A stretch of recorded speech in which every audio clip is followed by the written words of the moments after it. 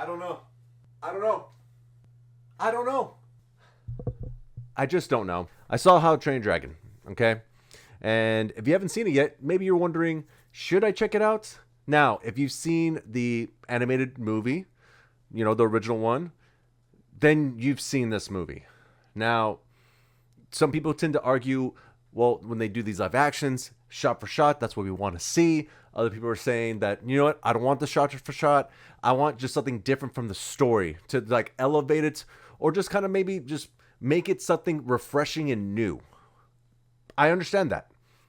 I want that sometimes. Every one of these remakes, it gets tiring.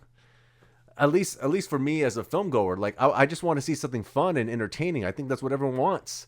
And with this one, it's the same story. You have a kid who wants to be part of the Vikings, and his father wants that for him too, but he's just too goofy and just kind of problematic at times with certain things, and just the Vikings are trying to fight the dragons, and then of course Hiccup says, I could fight a Night Fury, and then he says, I captured one. They're like, no, you didn't. And then, of course he finds him.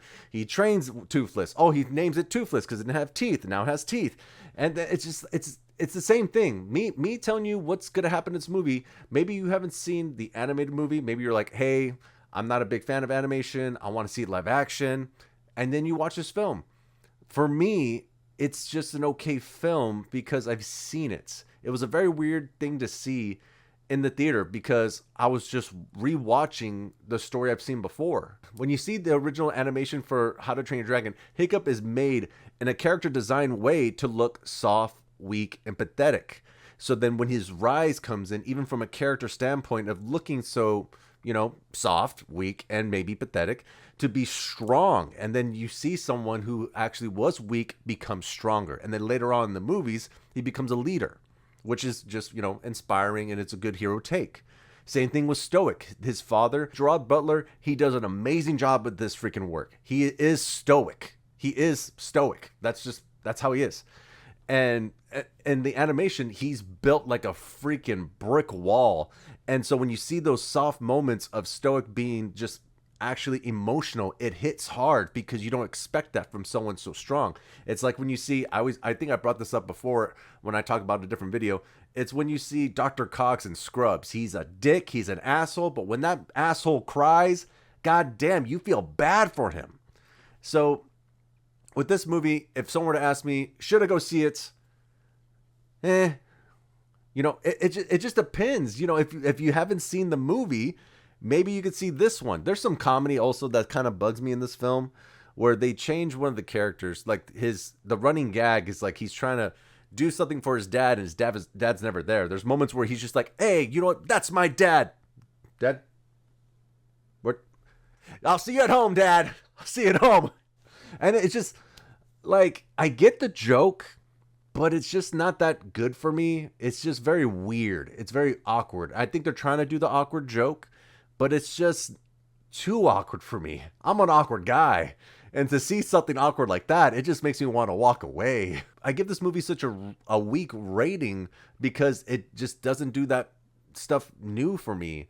And then also, like, if you ever see anybody else talk about this film, I checked out some different reviews because sometimes I want to see like other people's take.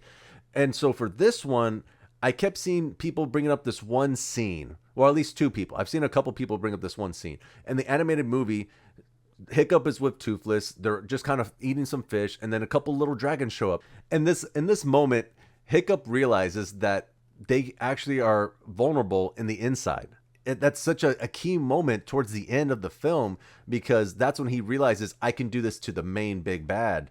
And for him to kind of just do it, I don't know how someone would take it if they hadn't seen that scene. So if they were just like, oh, he just defeated him. But there was actually a thought process before that in the animated film. Same guy who did the original animated movie did this film. Now, I'm not trying to push down anybody who did this film. Like, the animators did the shit out of this film. Like, they animated. These dragons look great. Toothless looks great. The whole thing looks great. It does not look like a full set piece where I'm just like, okay, that's a nice set, whatever. Everything else looks CGI. It looks good. That's what's kind of hard for me. I think it was a little bit easier for me with Lilo and Stitch when I saw it. I kind of put the two away from each other. How to Train Your Dragon, I really enjoyed that series, and I thought it's a very good, maybe 1 and 2 are good and 3 has its issues, like any 3-parter of a movie trilogy. But I think it hits a little too close to home for me, where I'm looking at this and I'm just like, okay, they're going to do this part. All right, I know the next part. Okay, here's the next part. Okay, we did it. If you haven't seen How to Train Your Dragon animated movie, maybe go see this one. Maybe you'll like it. I don't know. It's a weird thing for me to say, because I guess I would say I'm biased in a way, because I've seen the animated film. So I've seen this film. I know certain parts that are in the animated film that are done very well, because the way characters react to certain scenes. Do that. That's for the lies. That's for everything else. And then they react a very human way in another scene that's the same scene. Why would you do that? That's for the lies. And that's for everything else. It always goes down to this when it comes to these remakes. These remakes, it's a two-sided sword here, where it's just like, okay, we make a lot of money. People are not going to like it, but we make money. The problem there is they've made so many remakes. I could make a list, like I'll put it over here, of just random ones that you've maybe seen. And the question is, did you like it? Do you rewatch it? Do you buy they want merchandise from this. They want people to buy the DVDs. But guess what? There's streaming. So then it's just a subscription. Oh, wait, they already had the subscription? Cool. So that we're making $15 or $10 a month. Disney, hey, you're making good ideas, good choices. Let's wait for Moana. Let's see how that goes. It's a weird thing. If y'all gonna see it, let me know how you think of how it is. If you did not see the cartoon and you prefer the live action, hey, good on you. But it's just like when you sit down, you hear someone tell a story, and then another guy sits next after him and says, hey, let me tell you a story, and it's the same story. You're not gonna sit there and just be like, wow, he told it better, exactly word for word the other guy said, but you said it way better. Your inflections were up there and down. I don't know. Like, I would say you're good if you want to wait for streaming. If you have Disney, wait for streaming. I hate saying that, because I want people to go to the theater, because I think it's a better, bigger thing when you see something on a big screen with surround sound and people reacting with you. It's a different way. I'll put over here how much How to Train Your Dragon's budget is, and then I'll put how much they're making this weekend, opening weekend.